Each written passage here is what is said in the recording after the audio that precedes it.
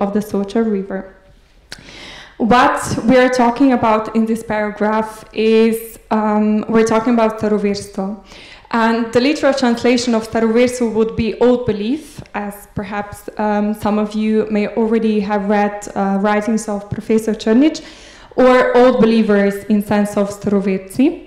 And it was allegedly mysterious and hidden ideological, spiritual, and organizational specific community. Sometimes they are also described as unmarried single uncles that lived and practiced their religion in secret. And about Staroverstvo, I put a map here of Slovenia, so particularly the western part of Slovenia, just to give you a geographical context where I also do most of my research. So we're talking about, I don't know if you can see you cannot see it. No, it's fine, I will just manage somehow.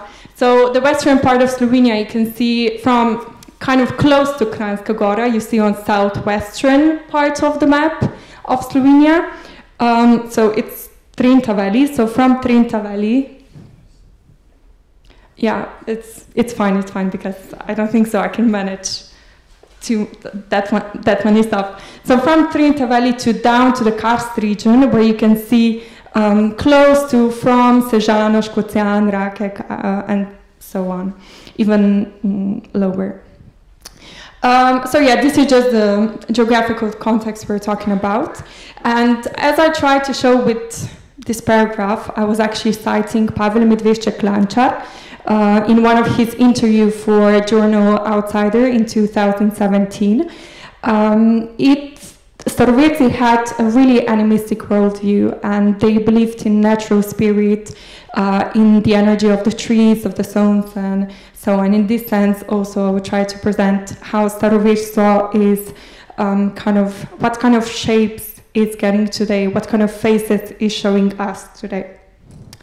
And of course, we cannot talk about Staroverstvo without talking about Pavel Medveščak-Lančar.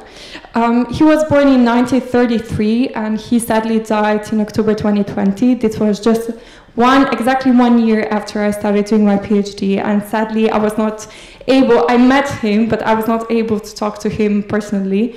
But anyway, my PhD is now today focused on, as I mentioned, how Staroverstvo is forming today, what kind of faces it has. And he was a conservator of folk heritage at the currently known Institute for the Protection of Cultural Heritage of Slovenia. And that means that he was doing his, so to say, work obligations in actually the part that I tried to show you in western part of Slovenia. And this is how he came across this allegedly community, and he came across them in practically in the last time, and he met the last living members, the last living Staroverci, and he was the only one actually. And he was collecting material from the 1950s until the 1980s. This is actually also the time that we read about in his book Iz nevidnosti in neba, From the Invisible Cardinal Direction. All of those translations are not official. I made them, so it's kind of, I improvise, but I try to consult different people, so I think, sorry? Okay, so he published various different books, and this is kind of, I like to say sometimes to have it in comparison to Christianity, Catholicism, the Bible of Staroverstvo and Staroverci. Yeah, and this is how his scriptures look like. So here I put it for this one particular reason, because there's also a huge debate among academics whether his scriptures are credible or they are not. So this is how his scriptures actually look like, and I came across them when I attended exhibition meant to show how his life and his work. It was in Nova Gorica. It was actually made by his granddaughter, Dasha Medveščak, who is working at the library actually. And this is actually the first time I came across his scriptures. And, sorry, I'm speaking too loud. Okay. And just so you see, we all know how field notes actually look like, and this is these are apparently the field notes, but Later, with time, I realized that these are the secondary notes. So the field notes that he did were kind of like these drawings, and he wrote, of course, many different stuff. And then, according to my knowledge, of course, this is how, even though my focus is elsewhere, I'm still a human being and I still ask questions whether this is true or not. And apparently when he was doing these interviews with his narrators, he came home, he wrote it down in this sort of form, and he burned them, the first kind of field notes. And this is already one big flag for any ethnologist, anthropologist in this sense. He was the only one who talked to them. He allegedly, he was the only one, and he burned the field notes after kind of talking to them. So these are just, I'm not saying that these are just from the perspective of ethnologists and anthropologists, what we're talking about when you talk about the disputes that we have now today. So yeah, with publishing of this book in 2015, he said that it's, these are actually ethnographic testimonies, and he presented them as uninterpreted material. Which, of course, we know this is kind of really hard to believe in this sense. And with this, also invention of ancient religious tradition came into front, and imagined community and so on, and other different questions as well. So I think it's nice if I show you some photos, what it actually looks like, some of his objects. So he also collected them. And on the left, we have kabrca, small one and big one, that's an instrument. On the left we have bertin, it's a special healing object of particular wood. And on the right side we also see some special stones, which were kind of also sacred in this regard for Staroverstvo. So this is also from this exhibition in Nova Gorica that ended in January this year. About Medvešček's influence, about most visible associations today are Association of Slovene Staroverci, Društvo Slovenski Staroverci, and then Matjara, Association for the Study of Social Naturalism. This is also the association I spent most of my time with in Cerkljansko Hills region.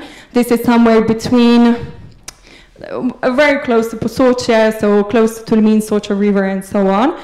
And then there are also communities which draw inspiration from Medvešček's writings. So, for example, Slovene, Rodomveri community of the children of Triglav, Veles, and then, for example, Zora community is kind of like a daughter community of children of Triglav, otroci Triglava. But there's also lots of individuals who would like to stay out of any associations or any communities. And I also spent quite a lot of time talking to them, and yeah, just perhaps to mention. Yeah, I also decided to put more pictures. And this is how actually my fieldwork looks like. And today, as you can see, there are various associations, various communities. That means it goes from visiting sacred places that are mentioned in Medvešček's books. I also spent quite a lot of time visiting important places to my interlocutors, so I get the insight why they were drawn to Staroverstvo, to Medvešček Staroverci, and so on. Yeah. So how does Staroverstvo kind of resonates today is also one of my questions. So as I already mentioned, Pavel Medvešček died in October 2020, and until then he was the leading authority on questions regarding Staroverstvo. And he, according to my knowledge, actually never also addressed the comments from some ethnologists regarding the credibility of his material. And yeah, of course, then there were just there is still Boris Čok, for example, in the karst, so he's the authority in this regard. But anyway, he was not challenged by anyone. Also, when if you listen to interviews, if you read the interviews, the journalists never addressed this question in any way. So it was kind of accepted by the public that what he wrote is true and how he wrote it's credible. So kind of today, it is this umbrella term. It's this cultural phenomenon with many different faces. There was also an exhibition in Dogrica Regional Museum. It was from 2013 until 2018. There was art performance of folk dance group titled Nikarmana, which is the highest priest. Sorry, not priest, the highest deity. Then, for example, there were many talks, there were many conferences, so it kind of shows as a field for creating either scientific or artistic careers, popular cultural products, as well expressing local patriotic nationalistic sentiments and autochthonous views. Why? Because Staroverstvo was also presented as something exclusively Slovenian. So, and not just Slovenian, which I think sometimes can be badly interpreted, but exclusively as something exclusive for the Posočje region and also Karst. So it has this connotation of localism and, of course, also connotation of nationalism, but more in the fields of outright movements, such as, for example, tradition against tyranny, which is also now forming in Slovenia, and with the ideas of Alain de Benoist and so on. So yeah, there's two approaches to studying. So, for example, individual, spiritual, and institutional, traditional. This is somehow my idea now. So the individual, there are seekers, spiritual leaders, local patriots, lay researchers, and on institutional level, I'm kind of looking into what it means belonging to association community, and also being active in association community, which also means authority over sacred places, heritage, committing to various traditions, for example, either local, also Slavic in other regard, so institutional, traditional, not so geographical, rather interactional. And also associations and communities are today growing out into different geographical regions and topical areas. I'll just go slowly back. So I also spent some time in Italy, in Slavia Friulana. This is where you see Tolmin, so it's also on the other side, where there's the Slovenian minority. So there, Staroverstvo has this idea of being connected to Slovenia in some sense, to form this kind of a connection to Slovenia, this possibility to go back to your roots. Yeah, thank you very much. So yeah, of course there are today also fractures inside others that I will just talk about shortly. So as I already mentioned, there are disputes in among academics whether his writings are credible or not. So, for example, on one hand, we have writings of Robert Virložec and Toplak, on the other side of my colleague Michal Kozorok. Of course, then there are also disputes among lay researchers, because with Staroverstvo today, Staroverstvo today, we're talking about of different uses of Staroverstvo as heritage. Is it local, regional, or national? As well for tourism. So can we sell it, so to say, as a local product? And as well, for example, organize hikes to sacred places. And of course, there's also kind of personal disputes, which are, I guess, a normal part of any human nature. And then on the other side, academics versus lay researchers. And what is also interesting, that when I started doing research, I was first afraid how this is going to go anyway, because I was coming from the Faculty of Arts, and the Faculty of Arts was just, oh, she's coming from the faculty or the department which is against the credibility of Medvedčuk's writings. And then through time I tried to explain to them, today I'm mostly focused on how you see Staroverstvo, so how you interpret it and so on. And slowly it was much easier to talk to people. And today I sometimes feel quite overwhelmed with everything. I also notice there's quite a lot of gossip. And my supervisor told me that's a good thing. If there's gossip, that means that you're getting quite a lot of new insights, new information, and so on.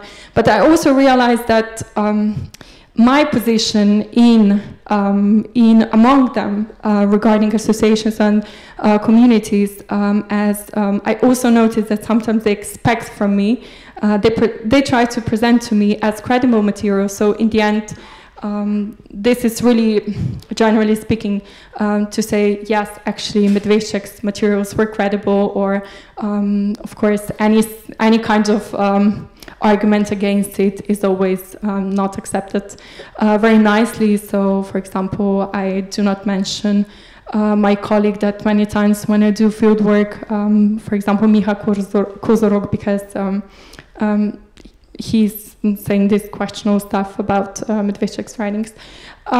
So that's actually it, I think. Thank you.